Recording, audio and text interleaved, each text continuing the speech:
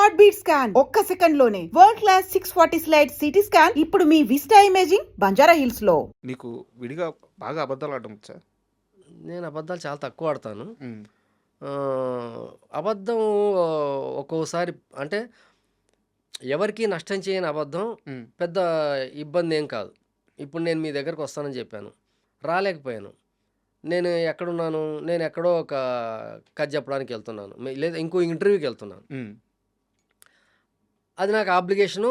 ఎవరో పెద్దవాళ్ళు చెప్పారు, వెళ్ళాలి తప్పకుండా. సార్ మీరు ఫోన్ చేశారు as schedule, as per schedule. Um, నేను ఇంకో ఇంటర్వ్యూకి వెళ్తున్నాను. నేనేం చెప్పానంటే, లేదు నాకు అర్జెంటుగా నేను మా ఊరు వెళ్తున్నాను, కాబట్టి ఈరోజు కాదు ఇంకో 4 రోజుల తర్వాత పెట్టుకోండి అన్నాను. సార్ దీనివల్ల ఎవరికి ప్రమాదం లేదు. ఎందుకు ఈ ప్రశ్న అడిగానంటే 10th క్లాస్ అయిపోయిన తర్వాత చాలా చిన్న వయసులో సినిమా ఇండస్ట్రీ మీద ప్రేమతో ఒక కుర్రాడు చెన్నై వెళ్ళిపోయి అక్కడ సినిమా అవకాశాల కోసం తిరుగుతూ క్రాంతి కుమార్ గారికి చాలా అబద్ధాలు చెప్పి అసిస్టెంట్ డైరెక్టర్గా జాయిన్ అయ్యాడు. అవును, మీరే అవును. ఎందుకు క్రాంతి కుమార్ గారికి అబద్ధాలు క్రాంతి కుమార్ గారి సినిమా కర్తవ్యం చూసి ఉమ్, అసలు హై ఎమోషన్ అయిపోయి మ్, అలాంటి కథ రాసుకొని వచ్చాను నేను ఇండస్ట్రీకి. బ్రహ్మదేవుడు అని ఒక టైటిల్ పెట్టుకొని ఉమ్, ఒక high voltage action packed cinema um, రాసుకొని వచ్చాను నేను. సో ఆయన దగ్గర చేయాలన్నది నాకు ఇష్టం బాగా. ఫస్ట్ అప్రోచ్ ఆయన దగ్గరే జరిగింది. ఉమ్, వెళ్ళాను. ఆయన లేదనేసరికి అప్పుడు ఇంకా ఆ తర్వాత అటు ఇటు ట్రై చేసి ఉమ్. సాగర్ గారి దగ్గరికి వెళ్ళాను. ఏం మొత్తం చెప్పారు? అబద్ధాలే. ఏం చెప్పారు అబద్ధాలు? ఆయన 3-4 క్వశ్చన్స్ అడిగాడు. ఉమ్, అప్పుడు చెన్నైలో ఆ, ఇళయరాజా గారి ఇంటి పక్కన ఉండేది ఆయన ఇల్లు. సార్ ఆ, వెళ్ళంగానే వాళ్ళ ఇంట్లో పెద్ద కాంపౌండ్ ఉండేది, మామిడి చెట్లు అవి ఉండేవి. బాగుంటుంది ఆయన ఇల్లు, అట్మాస్ఫియర్ బాగుంటుంది. మామిడి చెట్టు కింద కూర్చొని ఉన్నాడు. ఎవరమ్మా ఏంటి ఏం చేస్తుంటావు అంటే, నేను అసిస్టెంట్ డైరెక్టర్గా చేశాను సార్, మీ దగ్గర అసిస్టెంట్ డైరెక్టర్గా జాయిన్ అవ్వాలనుకుంటున్నాను. కాస్ట్యూమ్ కంటిన్యూటీ తెలుసా అన్నాడు. ఉమ్, తెలియదు నాకు. ఉమ్, తెలుసు సార్ అన్నాను. కంటిన్యూటీలు రాస్తా అన్నాను. రైటింగ్ అందంగా ఉంటుందా అంటాడు. ఉంటుంది సార్, నేనే స్క్రిప్ట్ రాశాను అన్నాను. ఉమ్, ఆర్టిస్టులకు డైలాగులు అవి చెప్తాను సార్ నేను ఉమ్. చేశాను సార్ ఆల్రెడీ అని. మొత్తం అబద్ధాలు, ఏమీ తెలియదు నాకు. తెలియదంటే సరే అమ్మా ఓకే జాయిన్ అయిపో అన్నాడు ఆయన. నేను ఫస్ట్ వచ్చిన కొత్తలో నా రాత రైటింగ్ అస్సలు బాగోదు. నా రైటింగ్ ఉమ్, అస్సలు బాగోదు. రాసి 2 రోజుల తర్వాత నేనే చదవలేను, అంత బ్యాడ్గా ఉంటుంది. ఇక్కడికి వచ్చిన తర్వాత నాకు తెలిసింది ఇక్కడ రైటింగ్ చాలా ఇంపార్టెంట్. అప్పుడు టైప్ కానీ జెరాక్స్లు కానీ అసలు ఏం అసలు లేని, అప్పుడప్పుడే స్టార్ట్ అవుతున్నాయి. అవును. బట్ అంతకుముందు అస్సలు లేదు. అప్పుడు ఎలాగ గుండ్రంగా రాయాలంటే ఇలాగ తెల్ల పేపర్లో సున్నాలు గుండ్రంగా చుడితే అక్షరాలు గుండ్రంగా వస్తాయని ఎవరో చెబితే ఒక బండిల్ పేపర్లు కొనుక్కొని సున్నాలు చుట్టి 2 లైన్లు అందంగా రాసి ఓపిక్గా ఓకే. అంతవరకు నేర్చుకున్నా. ఆ 2 లైన్లే రాసే ఆయన దగ్గర. ఇంకో 4-5 లైన్ రాస్తే దొరికిపోతా నేను. రాసి బాగుందమ్మా ఓకే జాయిన్ అయిపో అన్నాడు. ఉమ్, జాయిన్ అయిపోయాను. క్లాప్ కొట్టడం రాదు, ఉమ్, డ్రెస్ కంటిన్యూటీ రాదు, ఎడిటింగ్ రిపోర్ట్ రాదు, ఏమి రాదు నాకు. బట్ అన్నీ తెలుసు నాకు, ఇవన్నీ ఉంటాయని తెలుసు. ఓకే. ఫస్ట్ దాసరి గారికి ఒక గెస్ట్ హౌస్ ఉండేది జూబ్లీ చెక్ పోస్ట్లో, దాసరి పద్మ గెస్ట్ హౌస్ అని. అది అక్కడ షూటింగ్ పబ్లిక్ రౌడీ. ఎవరో జూనియర్ ఆర్టిస్ట్ పైన క్లాప్. అప్పుడు రాంబాబు అని బావ డైరెక్టర్, అసిస్టెంట్ డైరెక్టర్, ఉమ్, ఉమ్, నేను అతను కొలీగ్స్. అతను ఏదో పని మీద అర్జెంటుగా పాల్గొలేరు. వెళ్తే నేను అసిస్టెంట్ డైరెక్టర్ పని మొత్తం ఒక 5 రోజులు చేయాల్సి వచ్చింది. ఉమ్, సో నేను ఫస్ట్ టైం క్లాప్ కొట్టాలి. ఇప్పుడు క్లాప్ కొట్టు అన్నీ తెలుసు అని చెప్పాము, ఇప్పుడు క్లాప్ ఇచ్చారు మామూలుగా. ఉమ్, క్లోజ్లో క్లాప్ కొడితే ఏంటంటే ఇలా క్లాప్ నెంబర్ ఉంటుంది, ఫ్రేమ్ ఫుల్గా ఉంటుంది క్లోజ్లో. ఇలా దింపి ఇలా కొట్టాలి. ఉమ్, ఎందుకంటే ఎడిటింగ్ కటింగ్ కోసం ఇలా కొడితే అది కటింగ్ అనమాట. ఇక్కడ కట్ చేస్తాడు ఎడిటర్. సార్ ఇది ప్రాక్టికల్గా చెప్పాడు రాంబాబు. ఉమ్, అతను నాకు మ్యాక్సిమం వర్క్ నేర్చుకున్నా అంటే అతని దగ్గర నుంచి నేర్చుకున్నా. సార్ నా అసిస్టెంట్ డైరెక్టర్ చాలా మంచి వర్కర్. ఉమ్, ప్రాక్టికల్గా థియరీ తెలుసు మనకి, ప్రాక్టికాలిటీ లేదు మన దగ్గర. ఇప్పుడు వెళ్తున్నా క్లాప్ పెడుతున్నా, దించుతున్నా, కొడుతున్నా. ఓసారి దించితే ఫ్రేమ్ అవుట్ అయిపోతుంది, ఒకసారి అవుట్ ఫ్రేమ్లో కొడుతున్నా. అప్పుడు చాక్ పీసులు హ్మ్. క్లాప్ బోర్డ్ పైన అవును. రాసి తుడిచి మళ్ళీ కొట్టాలి. అంటే చాక్ పీస్‌తో రాసినప్పుడు డస్ట్ వస్తది. డస్ట్ రాకుండా క్లాప్ బోర్డ్‌ని 2, 3 సార్లు కొట్టి, ఊది కొట్టాలి. ఎందుకంటే ఆర్టిస్ట్‌లపైకి ఆర్టిస్ట్. డస్ట్ రాకూడదు. హ్మ్. కెమెరాలో ఆ డస్ట్ కూడా తెలియకూడదు. హ్మ్. తర్వాత తుడిచే క్లాత్ కూడా మన చేతిలోనే ఉంటది. చాక్ పీస్ మన చేతిలోనే ఉంటది. క్లాప్ కొట్టడం అన్నది కూడా పెద్ద టాలెంట్ అప్పుడు. హ్మ్.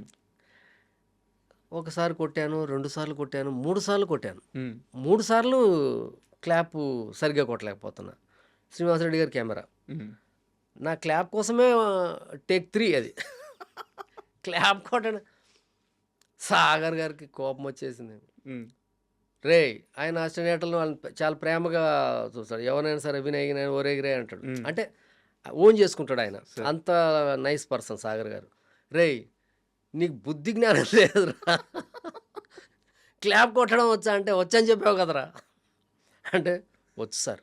కొడతాను సార్ అని కొట్టాను. అయిపోయింది. ఆ రోజు రాత్రెళ్ళి నైట్ షూటింగ్ ఆ రోజు.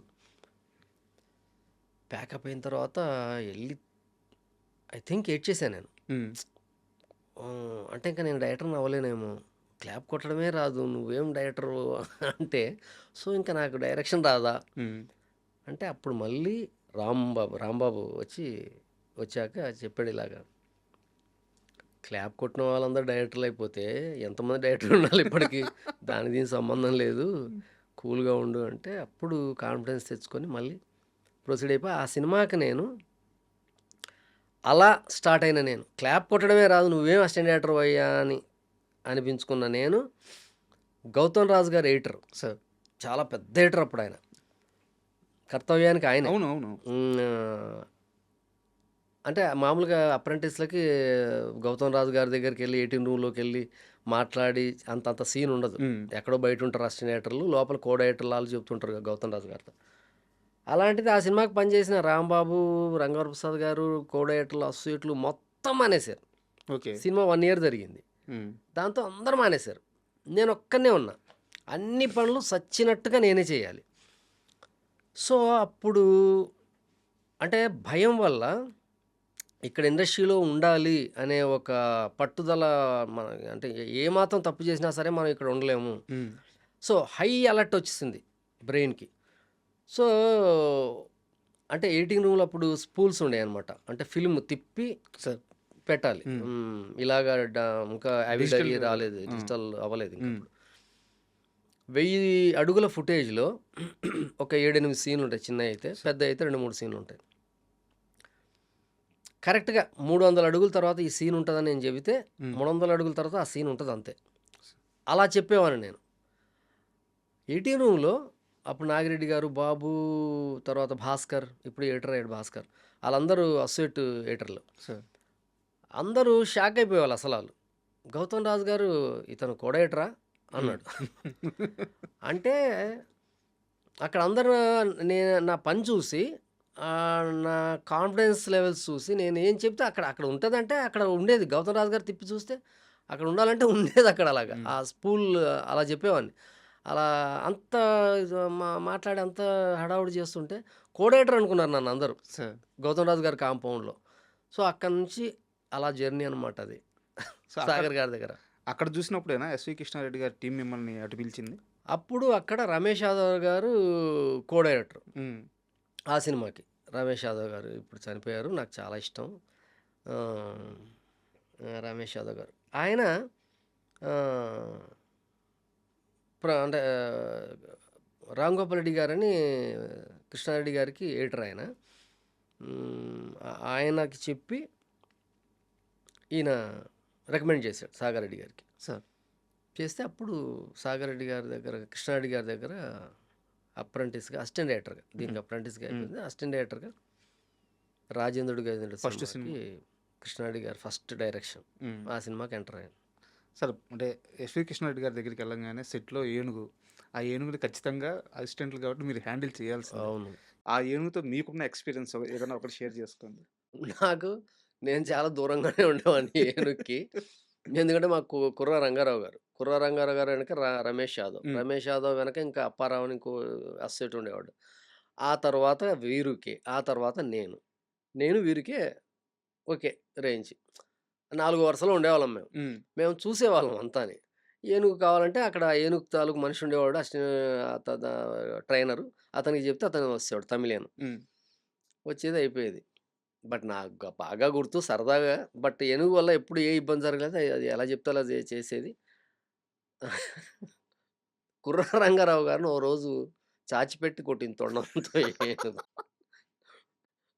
ఆయన సరదాగా తీసుకున్నాడు. హ్మ్. పట్మని కొడితే అసలు ఆయన ఎళ్ళిపోయి ఒక హాఫ్ అన్ అవర్ అసలు చాలా ఇబ్బంది పడ్డాడు. హ్మ్. బట్ అది చాలా ఫ్రెండ్లీ ఏనుగది. సో నేను ఆశ్చర్యపోయేవాడిని. అసలు ఈ జంతువులు ఇలా చేస్తాయి అన్నది నేను ఫస్ట్ టైమ్ చూడటం అలాగా. మామూలుగా కోతులు ఆడించడం ఈ ఊళ్ళల్లో చూసినా సరే, హ్మ్. ఏనుగు, పాము ఈ ఇవన్నీ చూడడం తక్కువ. పాములు, ఏనుగు అసలు ఒక మనిషి ట్రైనర్ ఎలా చెప్తే అలాగా కూర్చుంటే కూర్చో, లేదంటే లే, తొండం ఎత్తండి. దానికి ఎలా అర్థమైంది ఆశ్చర్యంగా ఉండేది మాకు. సో చాలా బ్యూటిఫుల్ ఎక్స్‌పీరియన్స్ ఆ సినిమా. అండ్ 'ఎస్వి కృష్ణారెడ్డి' గారి సినిమా విషయానికొస్తే సార్ ఆయన మ్యూజిక్ అద్భుతంగా ఉంటది. ఆయన కామెడీ అద్భుతంగా ఉంటది. సరే ఇవన్నీ అందరికి తెలిసే పక్కన పెడితే, ఆయన తన ప్రతి సినిమాలో ఆ హుక్ పాయింట్ లేదా ఎమోషనల్ పాయింట్ ఉంటది కదా! అది చాలా బలంగా పెట్టుకుంటారు. దాని చుట్టూ కామెడీ సీన్‌లు రాసుకుంటూ వెళ్తారనమాట. అవును. సో ఆయనతో 9 సంవత్సరాల పాటు ప్రయాణం అయ్యారు కదా! ఆయన నుంచి మీరు నేర్చుకున్నది ఏటి? సినిమా నేర్చుకున్నారా? జీవితాన్ని నేర్చుకున్నారా? సినిమానే నేర్చుకున్నా ఆయన దగ్గర నేను. హ్మ్. ఆయన దగ్గర నుంచి నేను నాకు తెలుసో తెలియకుండానో నా బాడీలోకి ఎక్కేసిన ఒక ఏమో ఎక్స్‌ప్రెషన్ ఆహ్, కామెడీ. హ్మ్. కామెడీ నేను ఎందుకంటే యాక్షన్ సినిమాలు చేద్దాము అని వచ్చిన నేను, దెబ్బకి కామెడీ కథలు రాసుకోవడానికి కారణం ఆ కామెడీ ఇంజెక్ట్ అవ్వడమే అనుకుంటున్నాను నేను. సార్. ఆ తర్వాత నాకు మ్యూజిక్ అన్నది ఎలా తీసుకోవాలి? ఎలా కంపోజ్ చేయాలి? నాకు మ్యూజిక్ అంటే ఇష్టం. పాటలు వినటం వేరు. హ్మ్. పాటలు చేయటం వేరు. సార్. సో, పాటలు ఎలా చేయాలన్న దానిపైన ఒక ఆహ్, ఎక్స్‌ట్రార్డినరీ అవగాహన. ఓహ్! పాటలు ఇలా ఉండాలి. హ్మ్. బీజీఎం ఇలా ఉండాలి. ట్యూన్ ఇలా ఉండాలి. ట్యూన్ ఇలా ఉండాలని మ్యూజిక్ డైరెక్టర్‌కి ఎలా చెప్పాలి? ఇయన్నీ ఆయన దగ్గర నుంచి వచ్చిన సినిమాలో సోల్. ఆయన సినిమాలో నాకు తెలిసి ఆయన 30 సినిమాల దాకా చేసుంటారు. సినిమాలో సోల్ లేకుండా ఆయన చేసిన సినిమా ఉండదు. కరెక్ట్ ఒక సార్. బలమైన ఒక కథ ఉంటది. కరెక్ట్. ఒక స్ట్రాంగ్ కథ ఉండాలి హ్మ్. అన్నది అంటే ఆయన కథ 60% ఉంటది. కామెడీ 40% ఉంటది. సార్. నేనేంటంటే ఒక 60% కామెడీ, ఒక 10, 20% కథ అలా అలా పెట్టుకొని వచ్చా నేను. హ్మ్. కామెడీ పైన ఎక్కువ డిపెండ్ అయ్యాను నేను. సో మేబీ తెలీదు నాకది ఎందుకలా జరిగిందో. నాకు అలా కుదిరాయి గూడా సో, కథలు. ఫస్ట్ అలా చాలా వర్కౌట్ అసలు అవుతూ వచ్చినియి. వచ్చింది. అలాగే దాన్ని హ్మ్. అలాగే డెవలప్ అవుతూ వచ్చాను. నేను ఆ 2 ఎక్స్‌ప్రెషన్స్ హ్మ్. ఒకటి మ్యూజిక్, ఒకటి కామెడీ. ఈ 2 మాత్రం ఖచ్చితంగా ఆయన దగ్గర నుంచి వచ్చాయి. 'యమలీలకు' గూడా వర్క్ జేసారా మీరు? హ్మ్. ఒక చిన్న డౌటు. 'యమలీల' సినిమాని ముందుగా అప్పటి సూపర్ స్టారు అంటే ఆయనెప్పుడూ సూపర్ స్టారే. కృష్ణ గారి అబ్బాయి 'మహేష్ బాబు' గారితో చేద్దామని ప్రయత్నించి, ఆయన చిన్న వయసు కుదరక 'అలీ' గారితో తీశారా? అహా! కాదు. నాకు తెలిసి మహేష్ బాబు గారితో జరగలేదు కానీ వేరే హీరోలు చాలా మందితో అనుకున్నారు. సార్.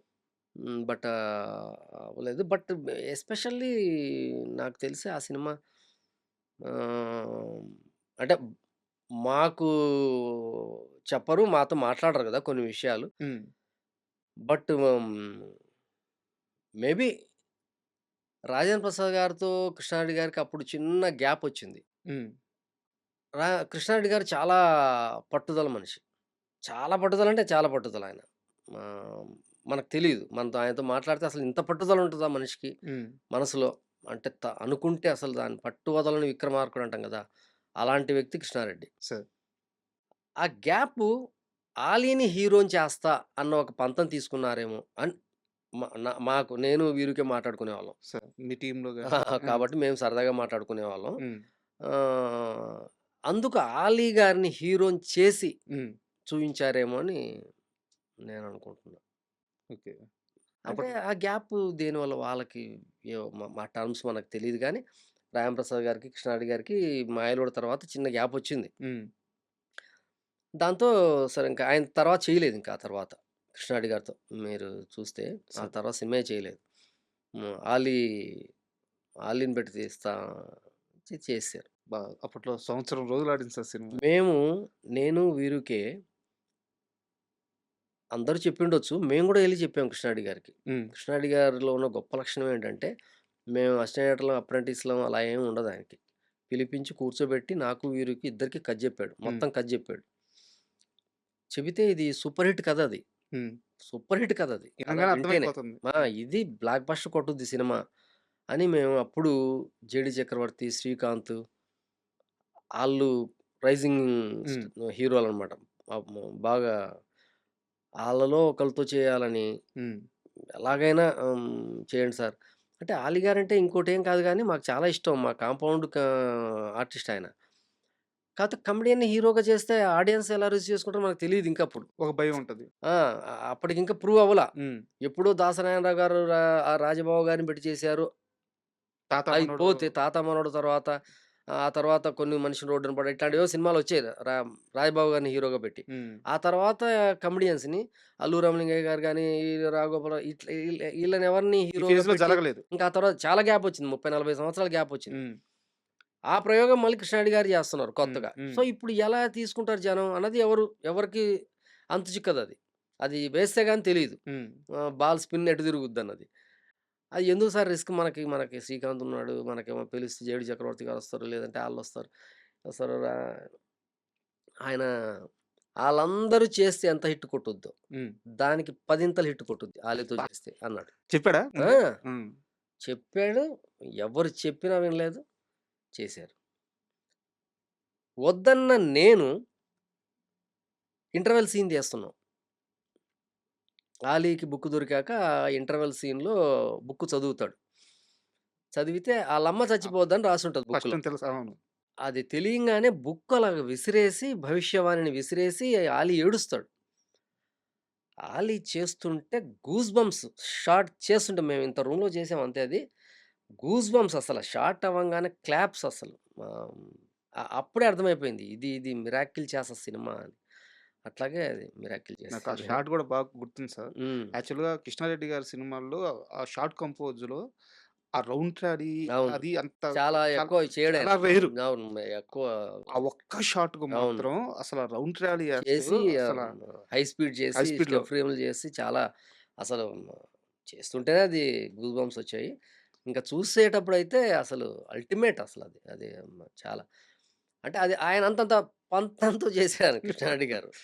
ఇది ఎలాగైనా ఎందుకు హిట్ కొట్టదని. అప్పుడే నాకు పాటల పైన కూడా నాకు అవగాహన వచ్చిన సినిమా అదే. హ్మ్.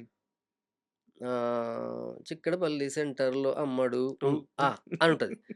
అరే! ఏం కటింగ్ ఇది? హ్మ్. అప్పుడు మామూలుగా పాటలంటే ఒక పాట ఉంటది. బీజీ ఉంటది. అయిపోద్ది. కోరస్ ఉంటదలా. నాకు అన్నది ఎలా పట్టుకున్నారు? ఎక్కడ పట్టుకున్నారు కృష్ణారెడ్డి గారు ఆ సౌండ్? సో అంటే ఒక సౌండ్‌తో మ్యాజిక్ చేయొచ్చు హ్మ్. పాటలో. సో, సో, అలాగా నేను బయట కూర్చున్నాను. ఈ లోపల కంపోజింగ్ జరుగుతుంది. బీజీఎమ్స్ చేస్తున్నాడాయన. సో ట్యూన్ కాదు. మామూలుగా పాట ట్యూన్ అయిపోయింది. లిరిక్ రాస్తున్నారు. But BGMs compose BGMs. జరుగుతున్నా సరే ఆయన ఉన్నాడు అందులో. హ్మ్. కావాలంటున్నాడు. సో, అలాగా గ్రేట్ పర్సన్స్.